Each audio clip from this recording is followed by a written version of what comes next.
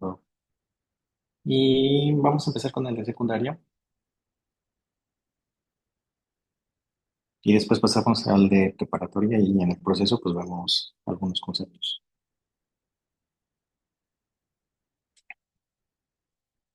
Entonces, el de secundaria, probablemente para los de prepa pues muy sencillo.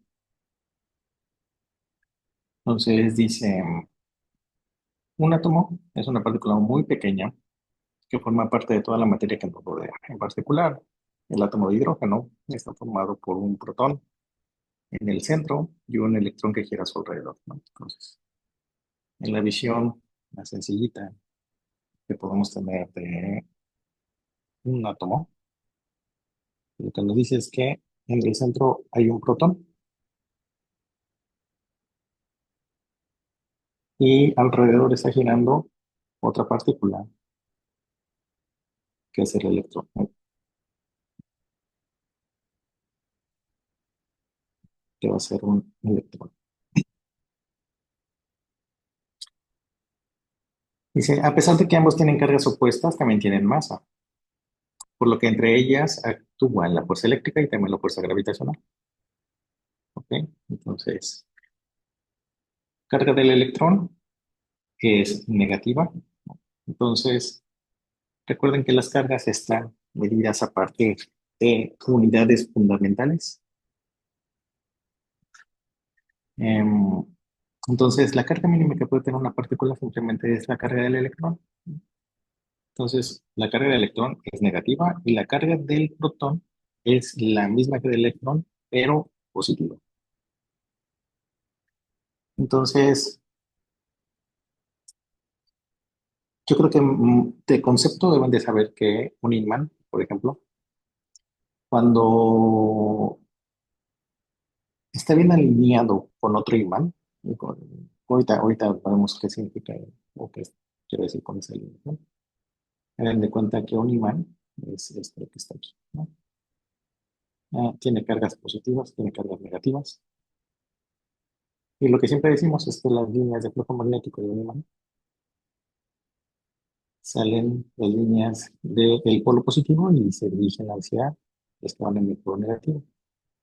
Entonces, las líneas de campo siempre en un dibujito se van a ver así, más o menos aquí, ¿no? No, no voy a ser súper específico al respecto. ¿Ok? La cuestión ahorita con estas eh, dos partículas que están en un átomo es que si ustedes acercan un imán, por ejemplo, si ustedes acercan otro imán aquí, y de este lado tienen el lado negativo y el otro lado tiene el lado positivo, lo que van a ver es que estos dos imanes se van a repeler, van a sentir una fuerza de propulsión. El de arriba lo va a empujar el de abajo, el de abajo va a empujar el de arriba, ¿ok? Entonces, con eso lo único que quiero decir es que las cargas juegan un papel en el sentido de qué fuerza están sintiendo las partículas, ¿ok? Entonces, aquí la fuerza eléctrica que está sintiendo el electrón y el protón es que el electrón se siente atraído por el protón porque es positivo y al mismo tiempo el protón se va a sentir atraído por el electrón al tener una carga opuesta. Señor Chueco.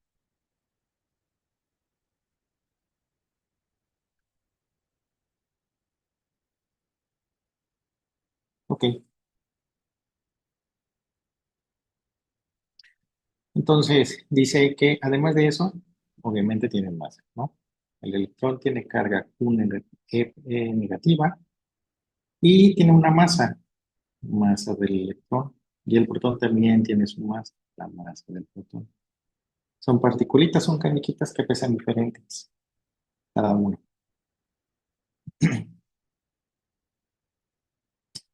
¿Y qué otra cosa nos dice? Nos dice que el radio de la órbita promedio del electrón en un átomo de hidrógeno es llamado el radio de Bohr y es de aproximadamente 5.3 por 10 a la menos 11. Entonces, si el protón está en el centro, el radio de esta cosa va a ser el radio de Bohr, ¿ok? Que es este 5.3 por 10 a la menos 11. Entonces, como inciso A, decía, calcula la fuerza eléctrica, ¿ok?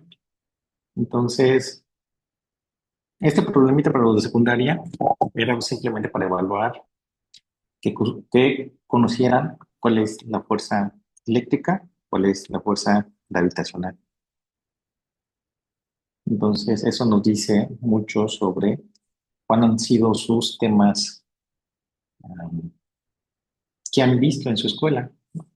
Entonces, muchas veces no se llegan a ver el tema gravitacional, por ejemplo, entonces pues cuesta trabajo calcularlo, definirlo en secundaria, ¿ok? Entonces, para el inciso A, um, inciso A, aquí, inciso A, la fuerza eléctrica, ok, voy a ir aquí de la versión más sencilla hasta la más completa, ¿ok?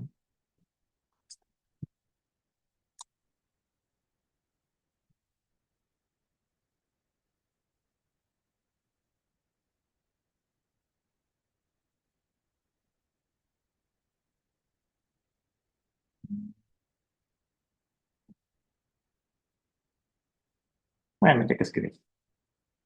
La fuerza eléctrica, le puse la E chiquita ahí abajo, de eléctrica, ¿ok? Entonces, lo que nos dice la fuerza eléctrica es que las cargas se sienten atraídas proporcionalmente al producto de sus cargas. Lo voy a poner aquí, la carga de la partícula uno por la carga de la partícula 2. Q1 es carga, Q2, bueno, carga, Q es carga, ¿no? Entonces Q1 es la carga de la partícula uno, Q2 es carga de la partícula 2. Y la fuerza es inversamente proporcional a la distancia que los separa, ¿ok? Entonces, aquí para ser más exactos, no, esto no es una igualdad, este es un factor de proporcionalidad, ¿ok? Entonces, cuando uno está haciendo experimentos en física y no sabe cómo describir completamente el problema, pues lo que se fija uno empieza con las cosas sencillas. Si ustedes hubieran estado en la época de los 1900, 1700 y quisieran saber cuál es la fuerza que hace, con la que se atraen el electrón y el protón, pues entonces empiezan averiguando cómo describirlo, ¿no? Entonces se fijan que hay una cosa que le llaman carga, que influye fuertemente si tienen muchos electrones o si tienen poquitos electrones, y también la distancia, ¿no? Entonces, si ven que la distancia, entre más lo alejan, menos fuerza sienten, pues entonces quiere decir que va como al inverso de la distancia, pero tal vez no saben cuál es este cuadradito, cuál es exactamente si aquí hay otra cosa. Y en particular no saben si aquí adelante va alguna constante que sea proporcional a esta fuerza, ¿ok? La respuesta en corto es que sí, va una constante ahí. Esa constante se le conoce como el factor de permeabilidad eléctrica, ¿ok? ¿Por qué les digo esto? Porque muchas veces en las Olimpiadas, en la parte experimental, nosotros no tenemos parte experimental, pero hay otras Olimpiadas como las nacionales de diversos países que sí tienen la parte experimental, la internacional, que también tiene una parte experimental, la iberoamericana creo que también tiene una parte experimental. Entonces, a veces hay que calcular, por ejemplo, estos factores estas constantes, ¿no? Entonces, em, pues lo que hay que hacer es, en principio, ¿no? Sería medir la fuerza. Obviamente las fuerzas no se miden directamente, hay que medirlas indirectamente. Entonces, muchas veces hay que medir, hay que ingeniárselas ¿no? En cómo medir esta fuerza indirectamente. Y muchas veces tiene que ver con corrientes o cargas eh, en un circuito o una cosa así. Eh, pero hay que considerar estos factorcitos de proporcionalidad cuando uno está intentando describir un experimento. ¿Ok? Entonces, en el examen damos una tablita por ahí y entonces voy a poner aquí qué es cada cosa. Entonces, la carga eléctrica, por ejemplo, tiene un valor de 1,6 por 10 a la menos 19 coulombs. ¿Ok? Las unidades de las cargas son coulombs. ¿Qué otra cosa necesito? La constante está M, voy a poner ahí abajito, es de 9 por 10 a la 9, 8,99 por 10 a la 9, 9, y las unidades son newtons por un metro cuadrado entre coulomb. ¿Ya? Entonces, fíjense que las unidades, si ustedes las meten aquí, ¡tuc! En cuestión de unidades nada más, ¿no? Entonces, enfóquense en esta parte de aquí. Son newtons metros cuadrados entre coulombs. Coulombs cuadrados debe ser, sí, coulombs cuadrados. ¿Ok? ¿Por qué coulombs cuadrados había? Porque estas unidades de aquí se tienen que cancelar con estas dos de acá. Esta unidad de aquí se tiene que cancelar con la otra unidad de acá. Y te quedan nada más newtons, que son las unidades de las fuerzas. ¿Ok? Entonces, eso era todo lo que teníamos que hacer para responder el inciso A. No había más chiste, más ciencia en esto. Era bastante directo. El factor numérico que daba, resultado numérico, vamos, lo voy a poner, pero pues es cuestión nada más de meter los numeritos en la calculadora. Entonces, la fuerza eléctrica tenía que haberles dado 8,22 por 10 a la menos 8 newtons. ¿Ok? Entonces, ahora dije que les quería explicar un poquito más la parte de la fuerza, ¿no? Entonces, voy a volver a escribir aquí la versión más sencilla que tenemos eh, de la fuerza eléctrica. Entonces, aquí hay dos cuestiones, ¿no? Ya para los chicos de prepa. Esta fuerza que está aquí, nosotros lo tenemos que describir con un vectorcito, ¿ok? Entonces, para ser exactos, ahí, le tenemos que poner flechitas, ¿no? ¿Ok? Un vectorcito, recuerden que es un objeto que tiene magnitud, dirección, eh, sentido, pero en física para lo que nos sirve es para describir cantidades. Entonces, los vectorcitos nos ayudan para describir cantidades, en este caso la fuerza. Entonces, si tenemos un vector del lado izquierdo de la ecuación, necesitamos un vector del lado derecho de la ecuación, un vector que nos indique hacia dónde va la dirección de la fuerza. ¿Ok? ¿Y quién nos va a decir a dónde va la dirección de la fuerza? Necesitamos otro vectorcito aquí. ¿Sale? Ese vectorcito va a ser el que esté definido por la distancia r. Entonces, este vectorcito tiene un gorrito ahí. No es un vectorcito normal, es un vector gorrito. ¿Ok? ¿Qué significa que sea ese vector gorrito? Es que si nosotros calculamos la magnitud de este vector, va a ser un grandísimo 1. ¿Por qué? Porque lo que nos interesa no es cambiar la magnitud de esta ecuación, nos interesa nada más apuntar el vectorcito de la fuerza aquí. ¿Ok? Ese vectorcito R gorrito se puede definir de muchas maneras, ¿vale? Entre ellas está definido como el vector R, este sí es flechita, va a ser R2 vector menos R1 vector Este es el vector, ¿ok? Y si este es el vector R del porrito, R del porro, va a ser la magnitud de la diferencia de estas dos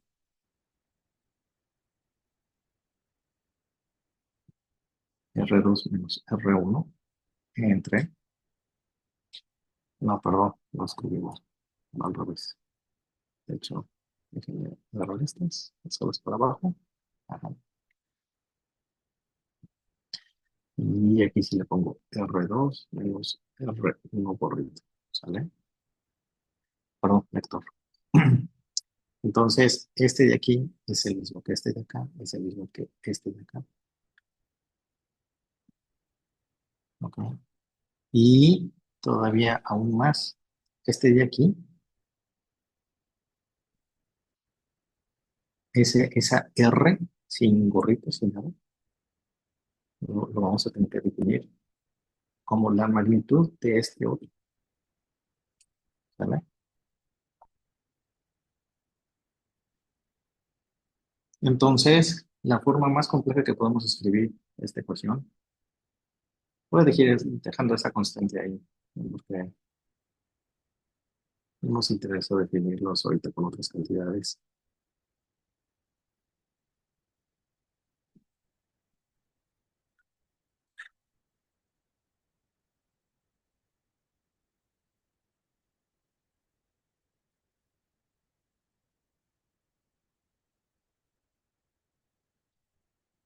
¿Ok? Entonces, de esta manera podemos nosotros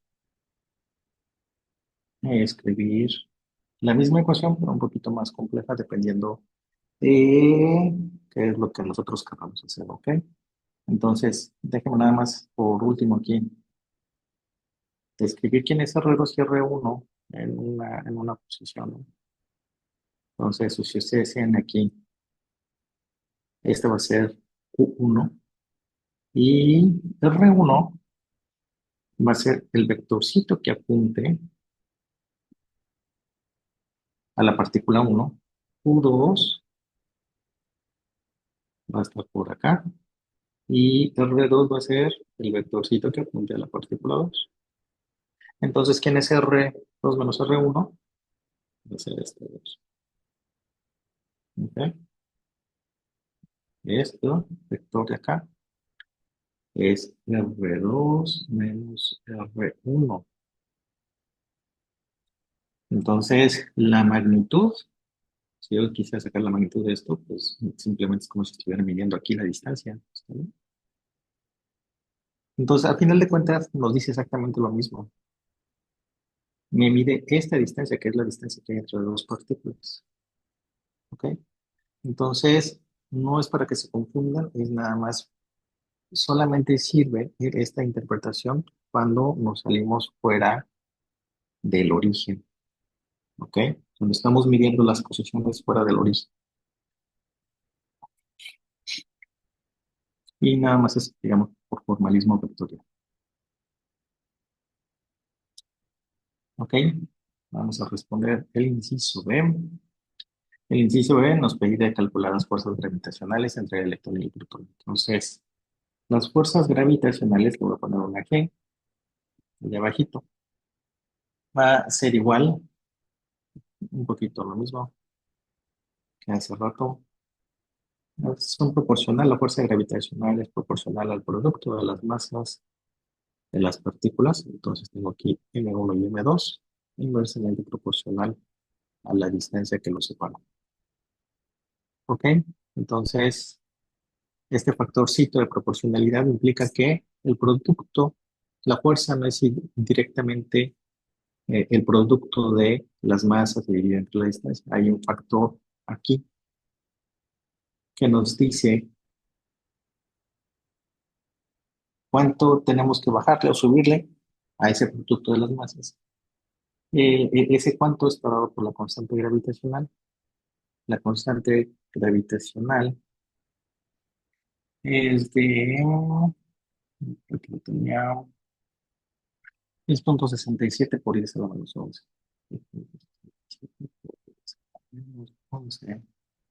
¿Y cuáles son sus unidades? Pues son newtons metro cuadrado entre kilogramo cuadrado. Ok, un poquito lo mismo, metros cuadrados arriba, perdón, sí, metros cuadrados arriba para cancelarlo con las unidades que vienen de aquí, kilogramos cuadrados abajo para cancelarlas con las unidades que vienen acá, nos quedamos con newtons, que son las unidades de la fuerza, todo bien. ¿Y qué otra cosa necesitamos? La masa, ¿no? La masa del electrón la dábamos, estaba en la tablita de la parte de hasta arriba del examen, nada más lo voy a apuntar, 10 a la menos 31 kilogramos, la masa del protón.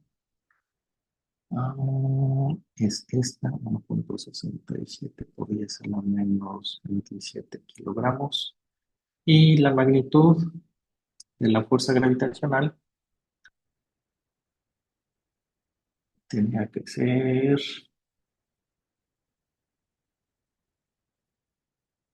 3,63.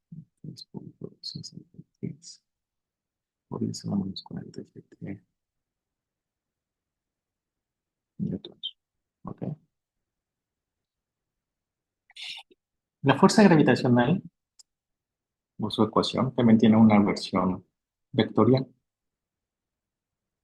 La versión vectorial de la fuerza gravitacional se parece muchísimo a la de la eléctrica, ¿ok? Aquí tenemos que definir vectores, igual, pero la definición de los vectores es exactamente la misma, o muy similar más bien, lo que quiero decir. Entonces, si aquí consideramos nosotros, esto es M1 y aquí hay M2, entonces la fuerza gravitacional, vectorcito, va a estar dada por M1, M2 entre la magnitud de R, que puse, ajá, R2 menos R1, vector, cubo, y aquí va R2 menos R1. Ok, entonces fíjense un detalle que creo que no expliqué hace rato. Aquí escribí el cubo, ¿se fijan? Aquí también estoy escribiendo el cubo. Todo este momento siempre hemos dicho que la fuerza eléctrica y la gravitación van inversamente al cuadrado de su distancia. ¿Ok? Entonces, eso no cambia aquí. ¿Por qué no cambia?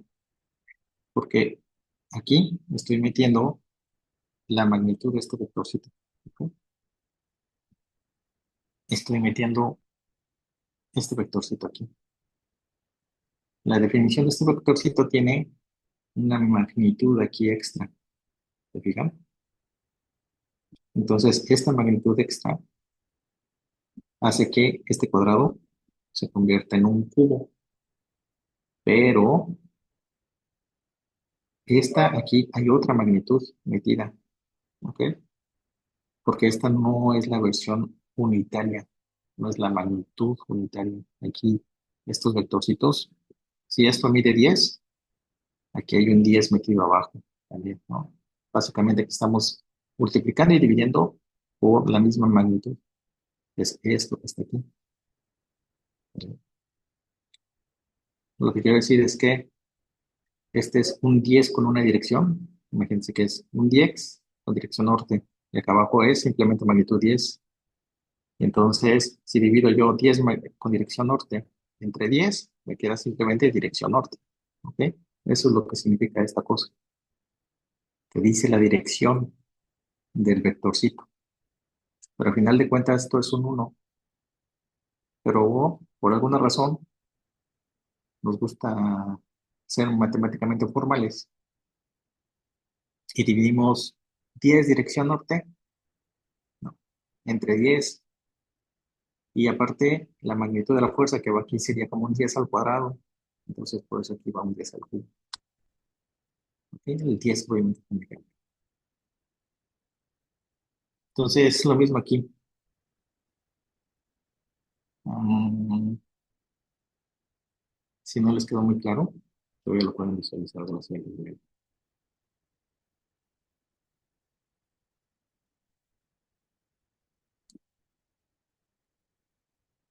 Aquí voy a poner cuadrado.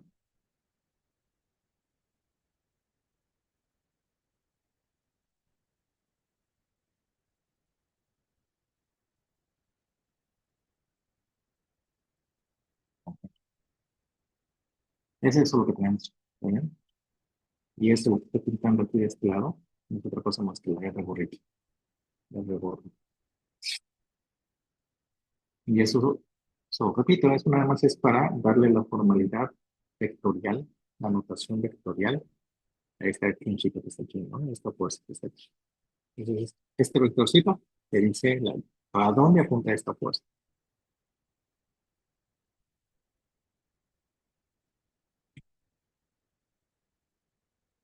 ¿Ok? Entonces, ya nada más nos falta hacer el inciso C, que te decía cuántas veces es más fuerza la fuerza eléctrica que la fuerza gravitacional entre estas dos partículas. ¿Y qué significa? Entonces, vamos a ponerlo por acá. No nos pedía más que calcular la fuerza eléctrica contra la fuerza gravitacional. Y esto debería darles un orden de 2,27 por 10 a la 39.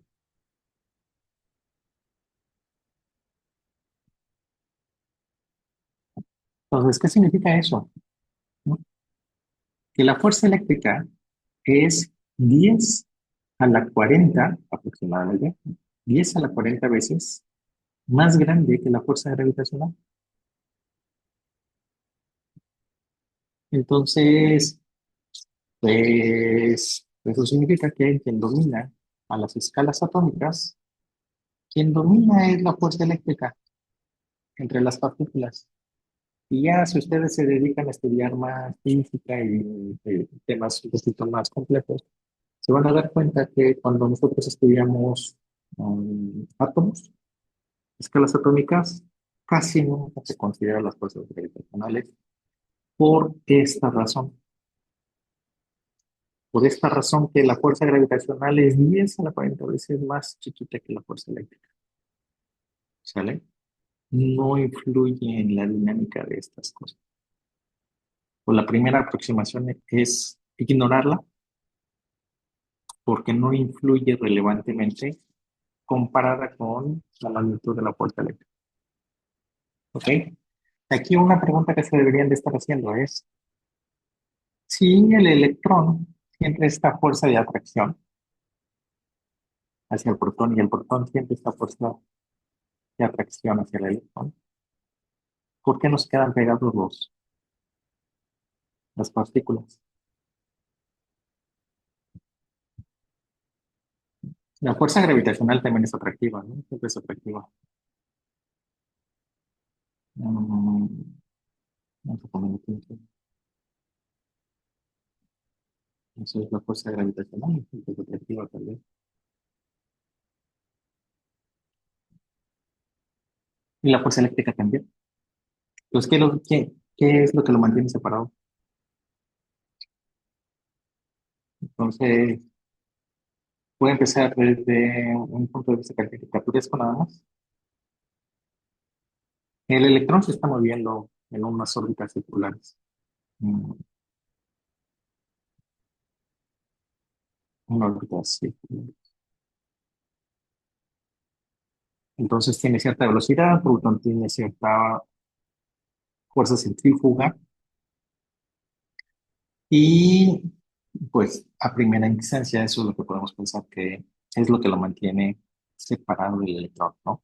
Calculan la velocidad a la que se tiene que estar moviendo para que la fuerza centrífuga repela justamente la fuerza eléctrica. Em, pero entre más van estudiando, se van a dar cuenta que calcular las velocidades y las posiciones cuando ustedes estudian un átomo es complicado. Eso es lo que nos dice el principio de incertidumbre de Heisenberg. El principio de incertidumbre nos dice que no podemos conocer ni la posición ni el momento de una particulita al mismo tiempo. No puedo conocer ni exactamente dónde está, ni exactamente a qué velocidad lleva, ¿sí? Hay una incertidumbre asociada a la naturaleza cuántica de los átomos. Eso es lo que me dice el principio de incertidumbre. Por eso se llama incertidumbre, no te la certeza de saber exactamente qué tiene. ¿Ok? Entonces, la respuesta más compleja es que hay otra fuerza que se le llama la fuerza débil, este, que es la que mantiene separados estos electrocitos. ¿Ok? Hasta ahí nada más voy a llegar a la explicación. Ok, entonces ese es el problema de secundaria. Ahora vamos a pasar al problema de preparatoria. Ok. Déjenme ver por aquí.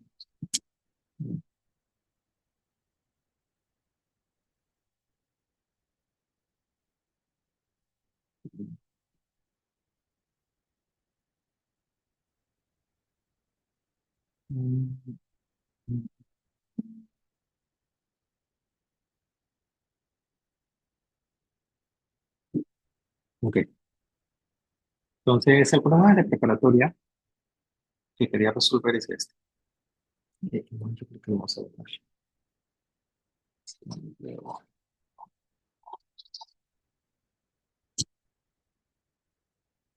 mm, vamos a bajar este.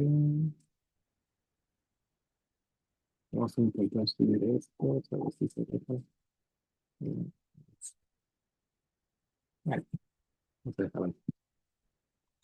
Dicen,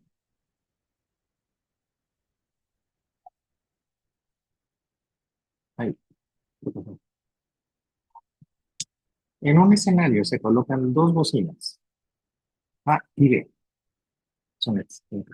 A y B. Ese de aquí es el escenario.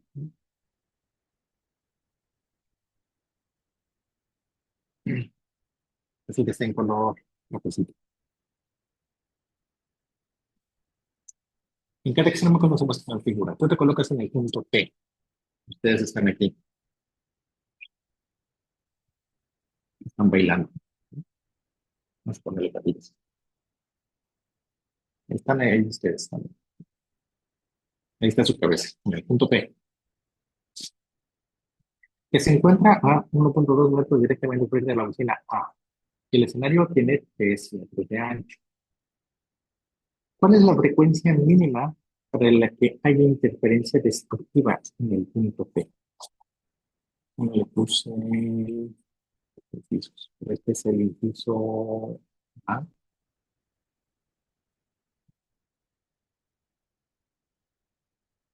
Este es el inciso B. Este es el inciso C. Este es el inciso D.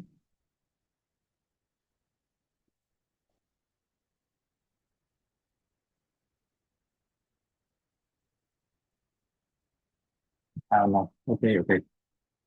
No.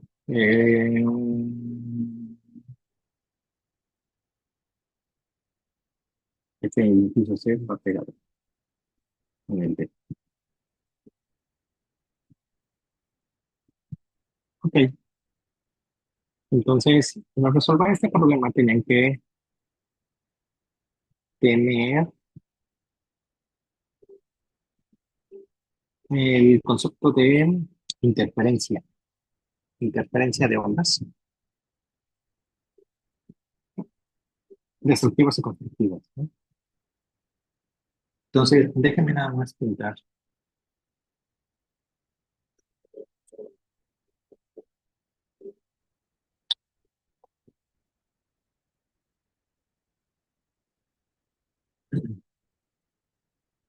¿Qué es una interferencia destructiva? Sí, justo eso. Un minutito en lo que muevo aquí cositas. Sí, gracias por la pregunta. Cuando tú tienes dos ondas, imagínate que las tienes aquí, pues imagínate que esta onda va por acá. Bueno, primero imagínate que esta es una alberca, ¿no? Y esta onda viaja para acá, la roja. Y hay otra onda que viaja para acá, la azul. Cuando las ondas chocan, pero la alberca, este, pues las cosas se mezclan, ¿no? Yo creo que si se ponen a comprar con cuidado, ya han tenido la experiencia de medio verlo o de verlo completamente en una alberca, en la playa, en una cubeta, ¿no? En un lago cuando avientan piedras, cuando avientan más de dos piedras, ¿no?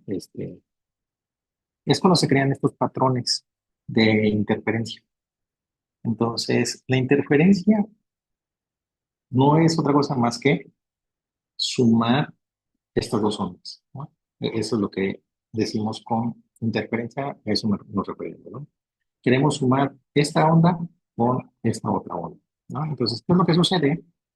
Lo que sucede con palabras simples es que si tú sumas, si tú, si esta cresta se suma con esta cresta, se va a hacer una cresta grandota. ¿Ok? Si sumamos cresta más cresta, me va a dar una crestota, ¿no? Una cosa así. Entonces, aquí, de manera coloquial, a a las corobitas le estoy llamando crestas y a estas cosas de acá les voy a llamar valles, ¿ok? Entonces, cresta, valle. Ahora, si sumamos una, dejemos que no hacemos el de valles, sumamos valle más valle, vamos a tener un valle solo, ¿ok?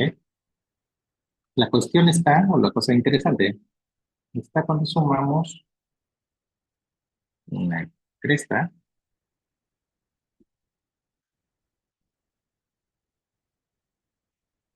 con un valle. ¿Qué da como resultado? Y son exactamente antisimétricos, es decir, que la amplitud es exactamente la misma. Nunca desaparecen, ¿ok? Eso es mientras se van cruzando, ¿ok? No es que desaparezca totalmente aquí la onda, es en el instante en el que se cruzan, es cuando desaparece. Es decir, cuando se junta esta con esta, va a dar como resultado una onda, ¿no? Aquí. Mm. Pero cuando se junte esta con esta, de repente se va a poner plano. Cuando se vuelve a juntar esta con esta, va a dar otra onda grandota, ¿ok? Entonces, como estas cosas se van moviendo, pues es como relativamente rápido lo que sucede, ¿ok? Ah, sin embargo, cuando tenemos una característica especial que se le llaman ondas estacionarias, entonces ahí podemos ver claramente donde ocurre interferencia destructiva, que sería esto de aquí. Esto de aquí le llamamos interferencia destructiva. Esto es interferencia destructiva. Y estas de acá, estas dos, son constructivas, ¿no? Interferencia constructiva.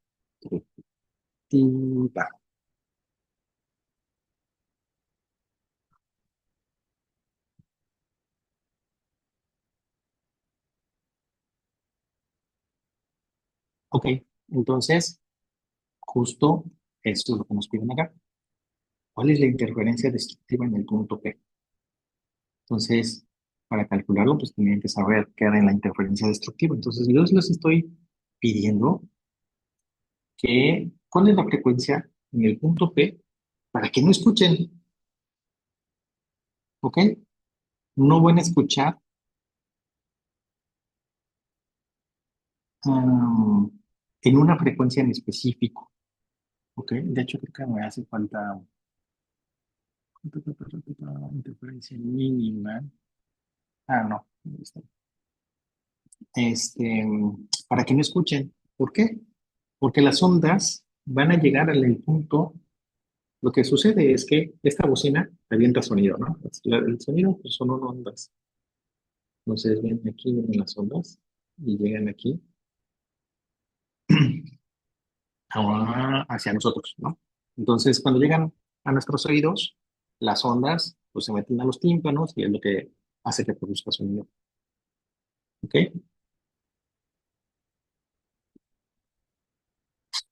Entonces, cuando las dos ondas avientan el sonido pues es una versión tridimensional, ¿no? Pero para no complicarnos en la imagen, pues aquí también voy a pensar que se comporta así,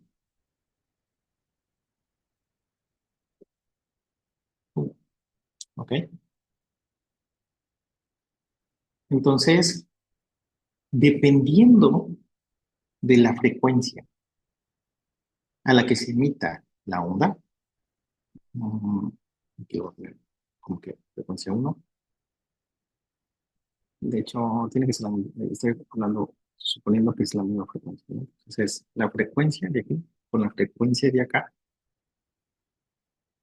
dependiendo de la frecuencia, de la distancia a la que se recorre y de cómo lleguen las ondas aquí, es que vamos a tener la interferencia destructiva.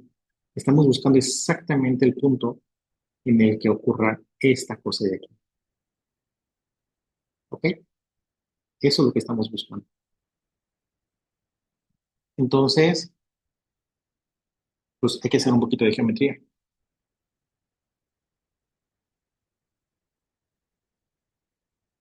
Mm,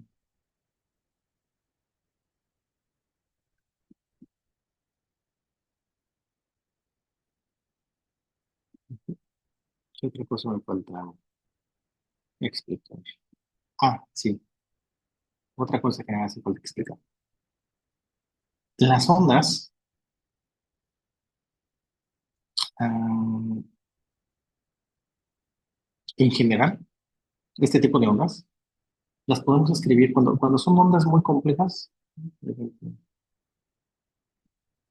cosas así, raras. Imagínense las bonitas, ¿no? Aquí el dibujo me salió medio raro.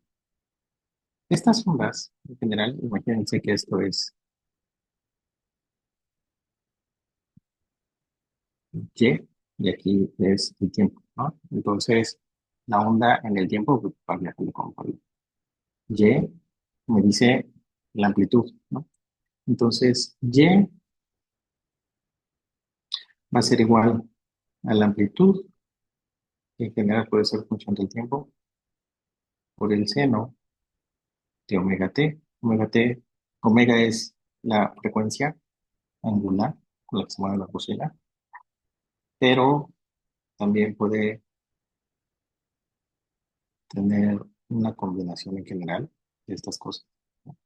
Una onda en general, lo más general posible, es una combinación de dos funciones trigonométricas que son senos y cosenos. Entonces, dependiendo de cómo yo quiera aquí modelar una y otra, lo que estamos pensando que tenemos sumas de ondas que se comportan como senos, otras que se comportan como cosenos. ¿Ok? Y estas nos dicen, pues, dependiendo cuál es la amplitud y etcétera, etcétera, ¿no? Esa es la versión más compleja. En general, nosotros no tenemos siempre que considerar las versiones más complejas. Tenemos que ser lo suficientemente inteligentes para ignorar una de estas. Y si estamos pensando que son ondas de una sola frecuencia, entonces vamos a pensarlas, ¿no? Que están descritas totalmente, por ejemplo, con la función trigonométrica seno o el coseno, como lo quieras ver. Entonces, imagínense que ustedes tienen aquí una bocinita y emite ondas de sonido, ¿no? Entonces, cada rayita, imaginemos que es una cresta. Esto es lo que está haciendo la onda de sonido. Esa es la bocinita roja. Si ustedes la pusieran al ladito de la bocinita azul, entonces ocurriría exactamente lo mismo.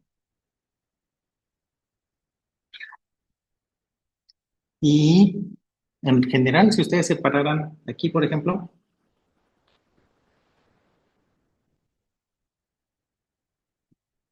si ustedes se colocaran aquí, o más bien, no, aprovechando cómo está el dibujito, aquí. Si ustedes separaran aquí, ahí donde está ese, la tache negra, las dos ondas se sumarían. Y lo que escucharían es que si tienen dos bocinas, pues lo escuchan con el doble de intensidad, porque las ondas coinciden, las crestas se suman y el sonido lo escuchan más intenso. Eso es lo que está sucediendo. Entonces, usualmente cuando tenemos dos bocinas, pues lo que experimentamos usualmente es interferencia constructiva. Las ondas se suman y tenemos aquí mayor sonido. Es lo que ocurre. Pero aquí nos interesa que haya interferencia destructiva. ¿Cómo logramos eso? ¿Ok? Entonces, eso ocurriría si la onda azul se desfasa. ¿Ok? Acá tenemos. Si por alguna razón hay un desfasamiento,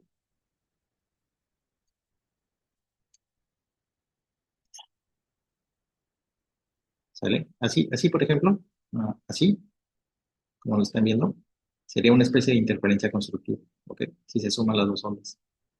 Pero si la onda azul se desfasa, ¿ok?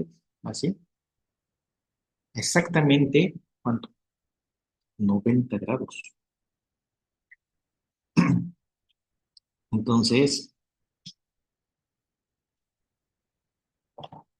se va a desfasar, fíjense, si esta es mi longitud de onda,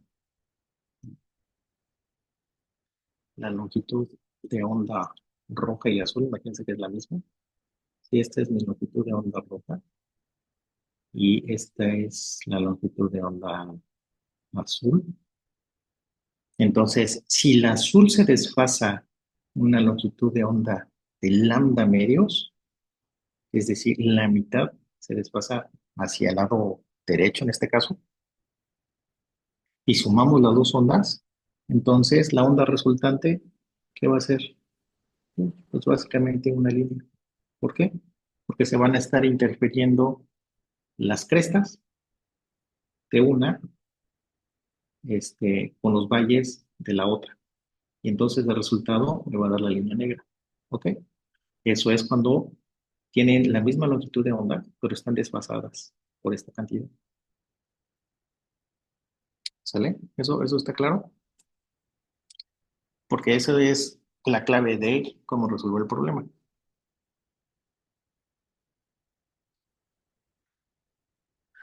Ok, entonces, apuntando aquí lo que necesitamos, A y P es de 1.2 metros, el escenario es de 3 metros.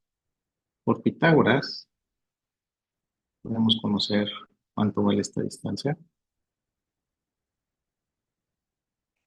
Ah, que va a ser 3 cuadrado más 1.2 al cuadrado, raíz cuadrada. Esto no voy a hacer el cálculo, pero esto les tienes que dar como 323 metros.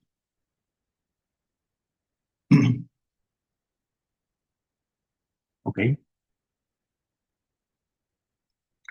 entonces,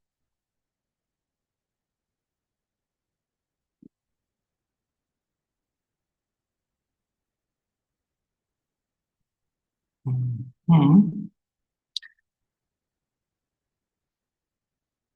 esta onda, la onda roja, recorre 1.2 metros, la onda azul recorre 3.23 metros y Para que haya interferencia destructiva, el desplazamiento de la onda azul, de la onda roja, tiene que ser de lambda medios. ¿Ok?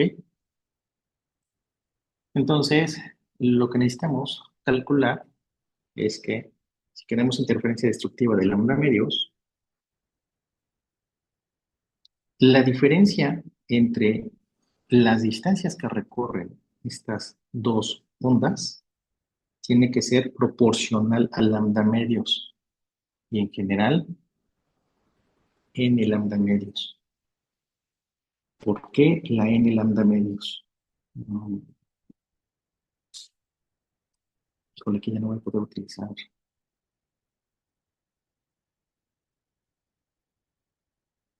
A ver si perfecto. ¿Por qué n lambda medios? Porque así está, se suma constructivamente, ¿sale? Si se desfasa lambda medios, un lambda medios es así, ¿ok? De ahí se hace interferencia destructiva. Después, un lambda medios, estos son dos lambda medios, constructiva. Tres lambda medios, destructiva. Cuatro lambda medios, constructiva. Cinco lambda, no, creo que lo estuve diciendo mal. Un lambda medios sería así. Dos lambda medios sería así. Tres lambda medios sería así. ¿Ok? Entonces, dependiendo de qué tanto sea el desfasamiento, este nos va a decir. ¿Ok? Este que está acá. Está N.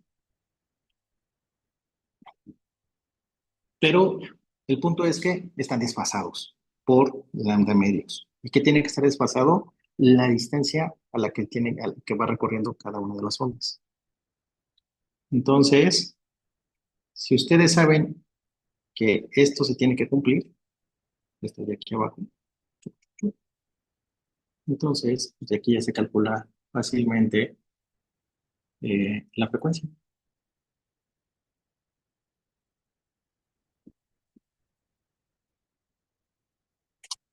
Mm, ok, entonces, déjame bajar un poquito para hacer el cálculo. Ok, entonces mi delta R va a ser la distancia de AP menos la distancia de BAP, que esta ya la calculamos con trigonometría, y esto tiene que ser igual a n veces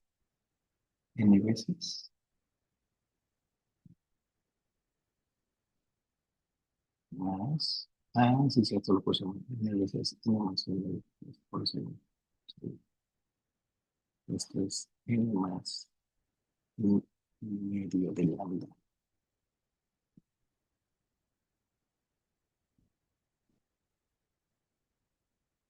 Ujú, así,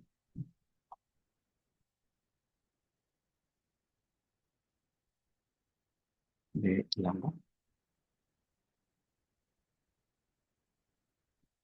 Ok, entonces, aquí la pregunta es, ¿qué valor tiene esta n? ¿No? Es decir, ¿qué tanto tengo que desfasar la línea azul, por ejemplo? Pues me piden, ahora aquí viene la redacción, ¿no? Me piden la frecuencia mínima. La frecuencia mínima.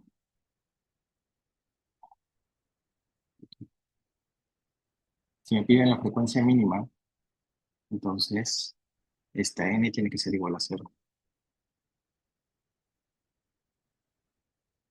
Si n es igual a cero, entonces con eso ya calculo la longitud de onda. Y la longitud de onda les debe de dar un orden de 4 metros.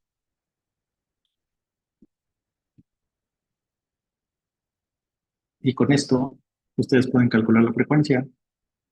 Ya, la relación entre frecuencia, la velocidad y la longitud de onda de una onda de sonido se da por la clásica ecuación de velocidad. Velocidad es igual a distancia de tiempo, ¿no? por ejemplo,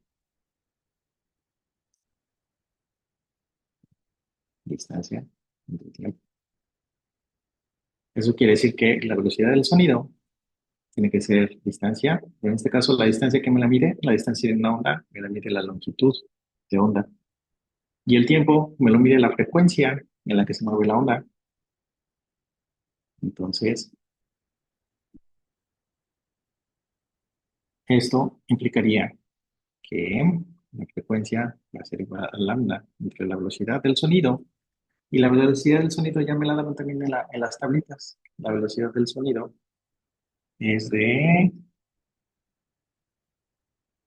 343 metros sobre segundo.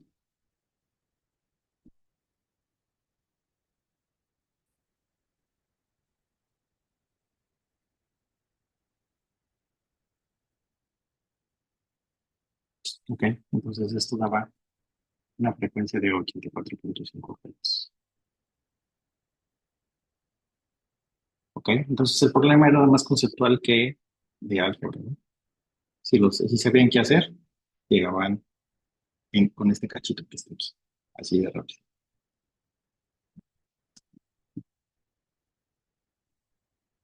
Ok, entonces déjame ir rápido porque ya se nos acabó el tiempo. Déjame ir rápido.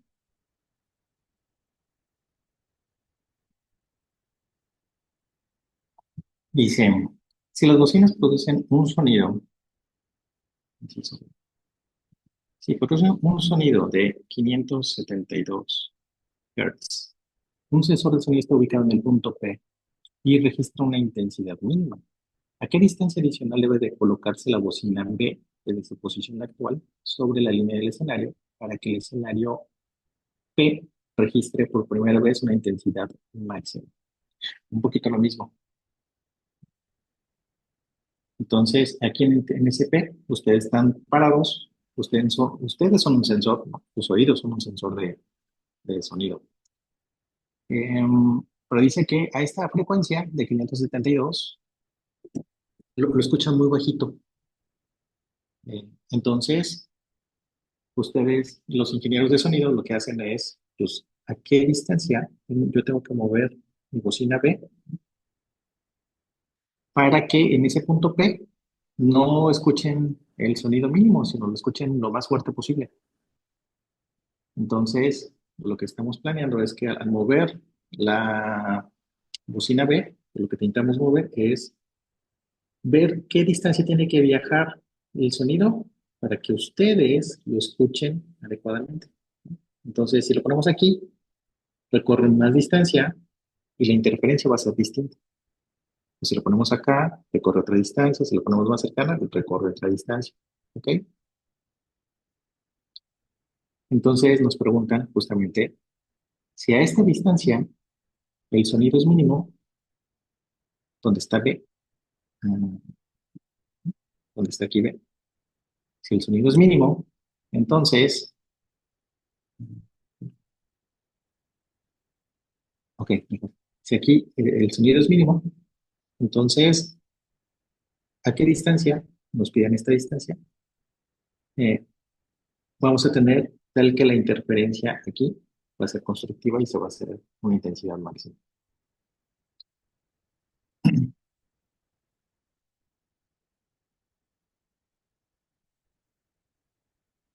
Entonces, primero calculamos la longitud de onda. La longitud de onda va a ser igual a la frecuencia por la velocidad. La velocidad sigue siendo la misma, la de 343 metros por segundo. La frecuencia es la que nos están dando. Por lo tanto, la longitud de onda, esto es como de 0.6 metros. Entonces, si se fijan, es como la mitad, esta longitud de onda es la mitad de esta, ¿no? Entonces, lo que significa es que va a tener así, va a ser dos, no, no, dos, ¿ok? Va a recorrer dos veces la distancia de 1.2 metros.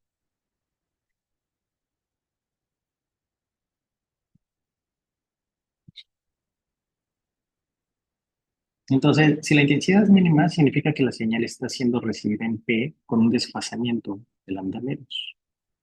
Entonces, delta R va a ser igual a n más un medio de lambda. ¿Ok? Entonces, ¿por qué calculamos esto? Para saber cuál es el desplazamiento correcto para esta n, ¿no? Entonces, despejamos n. La lambda ya la conocemos. Es esta lambda. Esta la ponemos acá. El delta R también ya lo conocemos. Es este. Lo ponemos acá. Entonces, con esto nos da que n tiene que ser igual a 3. Esta n corresponde a la interferencia destructiva. Nos dice que está desfasado en 3 veces, 3 más un medio lambda. ¿Ok?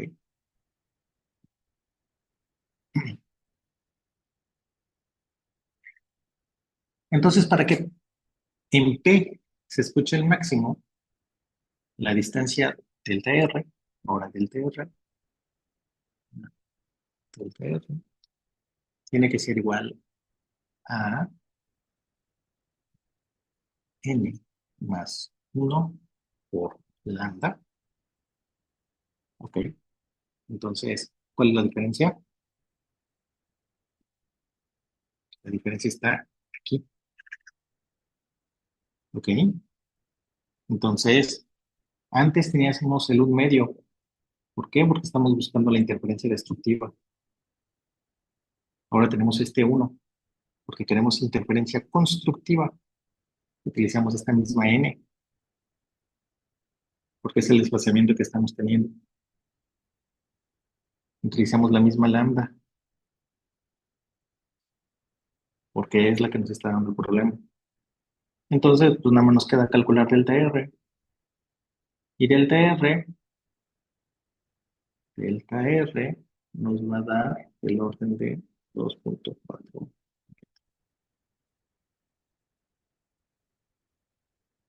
¿Ok? Entonces, de aquí nada más era convertir el delta R, que el delta R, este, recuerden que es la diferencia de estas distancias. Este es el delta R. La diferencia entre esta y dónde está la bocina. ¿Ok? Entonces, con este delta R ya calculamos a qué posición tiene que estar P'. Y eso nada más es por geometría. Y les tiene que estar, no puede ser rápido otra vez, la distancia a B' va a ser igual a 2.4 más 1.2 al cuadrado. Entonces, es la distancia anterior menos el 1.2 al cuadrado. Esto raíz cuadrada. Y esto les va a dar 3.4. ¿Ok? Entonces, piensen un poquito cómo saqué esto. No, no está muy complicado. Es Pitágoras con esta nueva hipotenusa. ¿Ok? Esta no cambia. Esta es la nueva hipotenusa. Y el triangulito les tiene que dar hasta acá, ¿no? Este es el triangulito. Entonces, este es el 3.39 metros. Entonces, ¿qué tanto lo tenemos que alejar? Pues son 39 centímetros.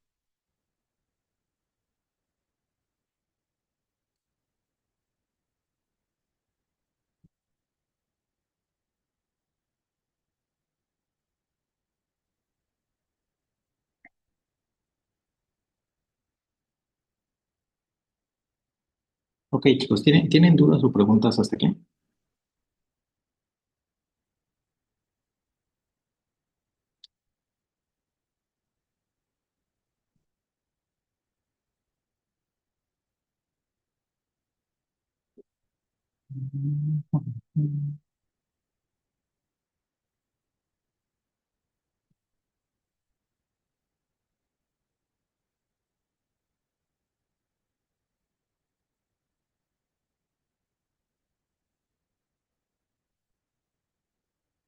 Hola Alejandro, gracias por tus comentarios. Qué bueno que te estén gustando las clases.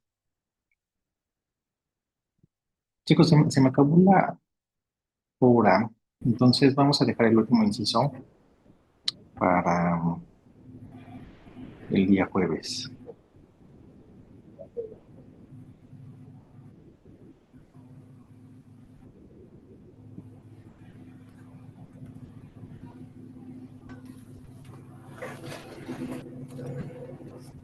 Hola Alejandro, saludos hasta Cuba. Sí, Francisco, ¿tienes pregunta? Hola, buenas tardes. Sí, Buenas ¿cómo tardes. podríamos acceder a las grabaciones de las clases? Este,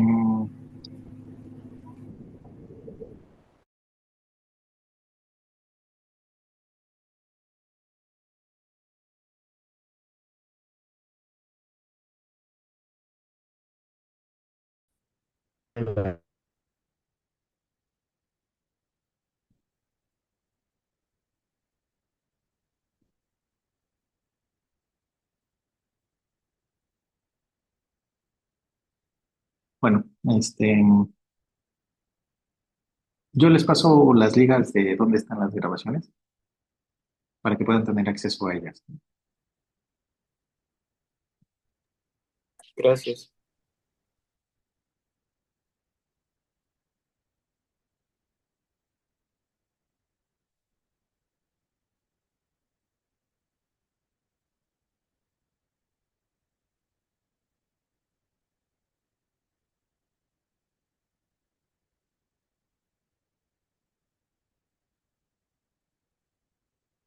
Otra pregunta, chicos, asociada al problema.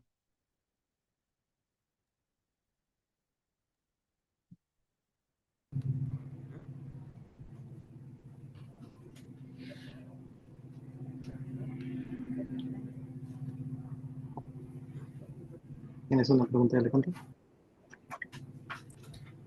No, por ahora no he entendido muy bien todos los contenidos que se nos han expuesto. Vaya, he disfrutado mucho de los talleres. Me da mucho gusto, Alejandro. Gusto saludarte también.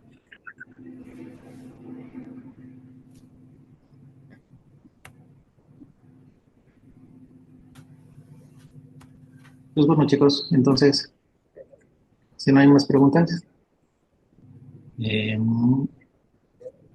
nos vemos en la sesión de las clases en la tarde todavía Sí, y particularmente el jueves terminamos de resolver este problema y otro más. muy bien. Muchas gracias. Gracias. Adiós. Dios, hasta luego.